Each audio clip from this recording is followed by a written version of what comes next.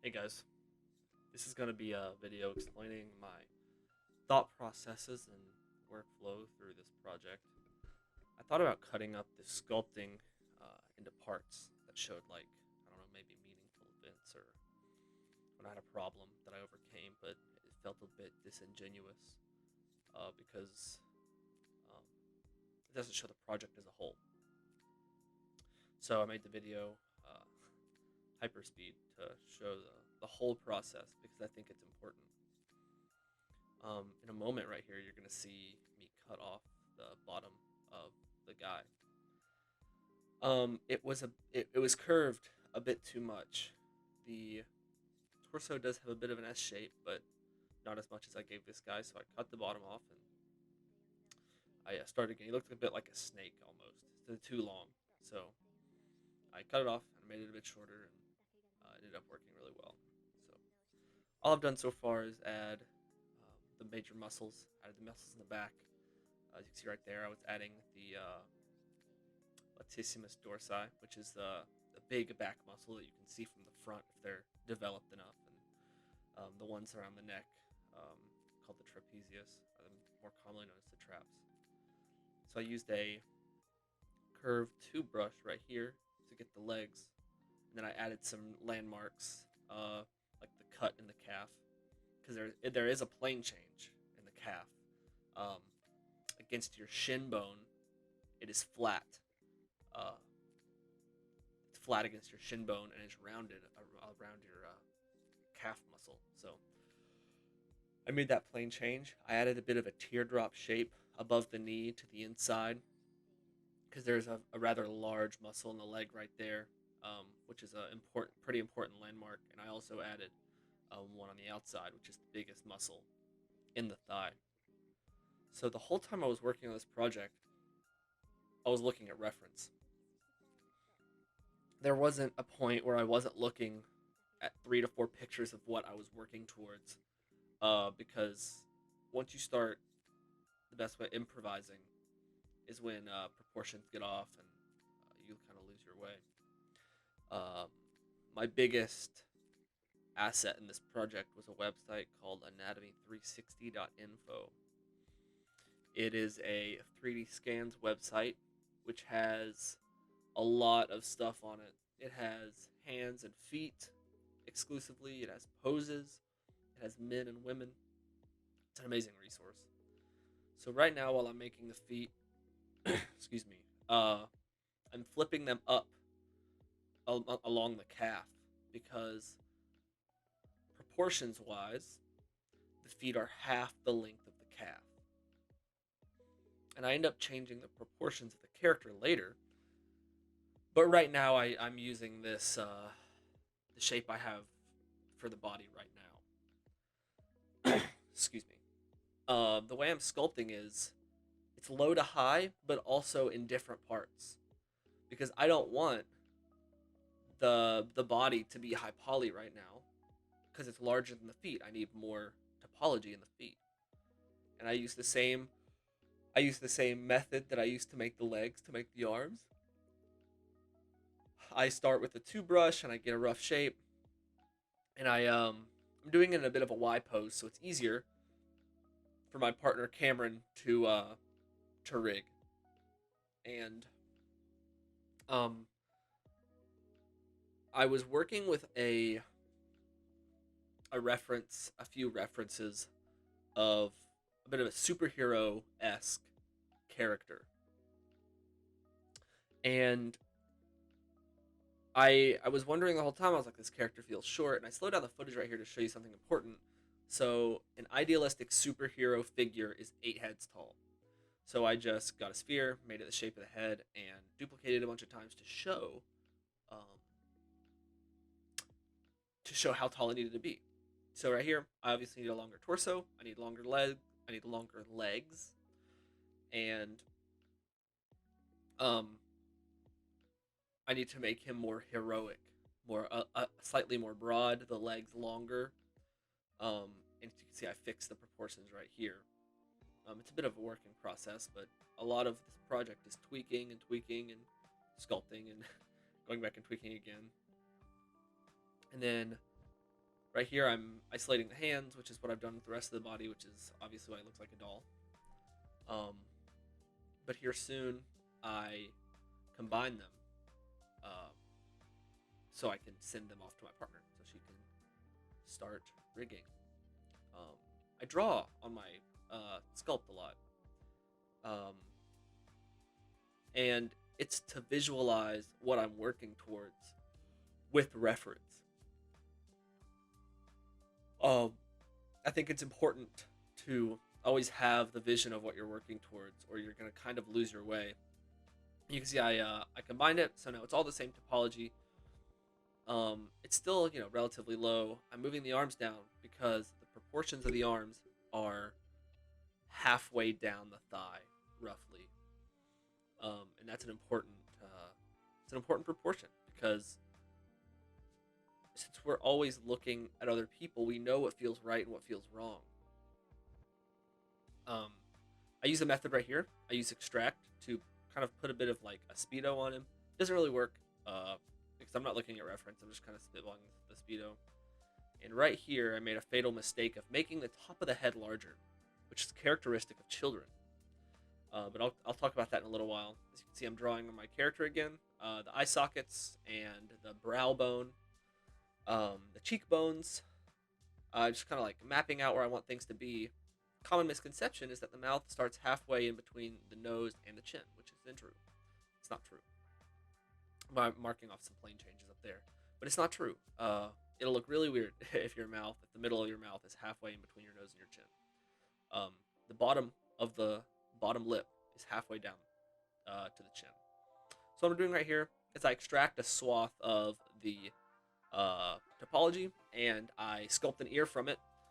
And I try to delete the topology around it, but it doesn't work. So I just mask it out and I kind of like just cut around it. And I work on one side and I just mirror it over. And I contemplated on taking this out, me working on something that I wasn't going to keep, but I think it's important to show that it's okay to not get it right the first time. So I go back to what I had before. It wasn't too far. I didn't lose too much work. I go back and it's obviously way more manly. Just that one small change I made messed up the whole head. So I mark some plane changes. I use a brush I bought called a Folly Mech Cut to get around the eye sockets to give it more of a face feel. I cut out the nose, and you can see right there, I marked the bottom of the bottom lip by marking halfway down the face. I'm using the Sculptor's Pro brush setting to do that as well, using the damn standard brush. The Sculptor's Pro setting cranks up the topology wherever you're sculpting, depending on how much you need it. So if you have if you just have a cube and you use that, it'll put a ton of polygons all over the cube because it's giving you the topology you need. It's really, really good whenever you're doing stuff like the mouth and the nose and the eyes if you're already low poly, because it gives you the feeling of what you had without actually having the really ugly topology. So for a little bit off camera, I imported the ears because for some reason, that was one of the hardest things I had to do because I had to export them and then import them, but they were switching the subtools, and I don't know, the way ZBrush does subtools is just interesting. It's interesting to say the least. So right now I'm going back and I'm doing a little tweaking. I'm tweaking the chest because it feels a bit long. It feels like it's too far down his chest, I guess. It feels too close to the abdomen. I'm starting on the eyes right now. For a long time, they feel really bad. Feels like an alien. I try to make some eyelids right here. That's where the eyes go, and it doesn't feel good. So I'm contemplating what to do, and I give them some eye color, which really, really helps a lot in where the eyeballs need to go. You can see it already feels a little better with the eyeballs. I do some tweaking, and then once I get it to a relatively decent spot, I don't dwindle on it for too long, even though it's one of the last things I have to do. So I go back to tweaking the mouth, and I add some cheekbones. And I add what seems to be a bit of an eyelid, and I accidentally give him a monofold, which is something exclusive to people of Asian descent by accident, but that's not the reference I was working from, so I switched it back. More tweaking. I'm getting close to being done with the main character, and I sent this to my partner Camryn, and I said, "How's it looking?" And she said, "It needs." She said, "It needs eyelids." I said, "Okay, I'll work on that in a little while." So I'm using the same method I did with the Speedo earlier to extract some clothes. I extract and then I Z remesh, and then I use the Z modeler tool to extrude the pants and the shirt so they have relatively clean geometry. You'll see me in a little while. I delete most of the body, and it's like, why would you delete most of the body? You work so hard to make the whole body. It's like, yeah, but it's in game. It's not going to be helpful because you can't see below the clothes. So I'm pretty much just making the body for the clothes. And you see right here, I'm adding some seams. I start adding some folds from some fold brushes I bought online. And I'm adding them a bit haphazardly, which was, it wasn't a good idea because clothes fold a certain way based on how our bodies are. Like you get folds under your armpits, and if your pectorals are big enough, you'll get them along your chest because your pectorals are pulling the fabric away from each other. And suddenly you'll notice he has hair. When did he get hair? Well, I used the fiber mesh to give him hair, and it didn't work out. It wouldn't export. So I scrap it in a minute, and I really just use I use a clay buildup tool and masking after I extract it to give him some actual hair that I can export. And I use the rake brush to really give it a hair feel, because if it was just flat, it probably wouldn't come through as well in Unreal, which is where I'm sending this project ultimately. So I think it's important to get the hair feeling off the bat with the geometry, and I add some folds to the clothes so they feel more like clothes, and I don't have to add those in Substance Painter.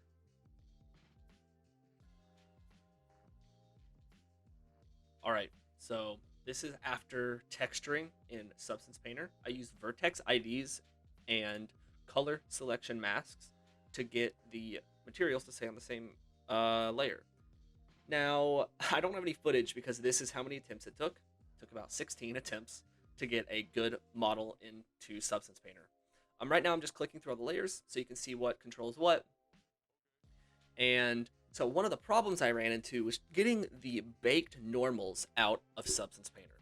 For some reason, it's not a default option, so you have to go to the Mesh Maps preset, get the normal map from that preset template, and then go back to the regular PBR metallic roughness and get it from there.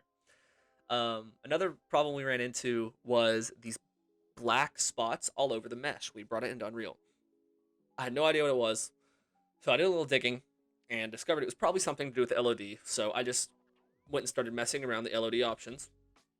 And in the LOD 0 menu, level of detail 0 menu, there's an option under build settings called recompute normals at the top. And if you uncheck that and apply changes, it fixes it, because Unreal was trying to compute them itself and it was flipping them inside out by accident. So that fixed that problem. Just a little bit of heartache there for a while. And this is just a bit of a demo on the rig. My partner Camryn, she completely rigged the character. I'm just giving a bit of a demo right now about of all the joints.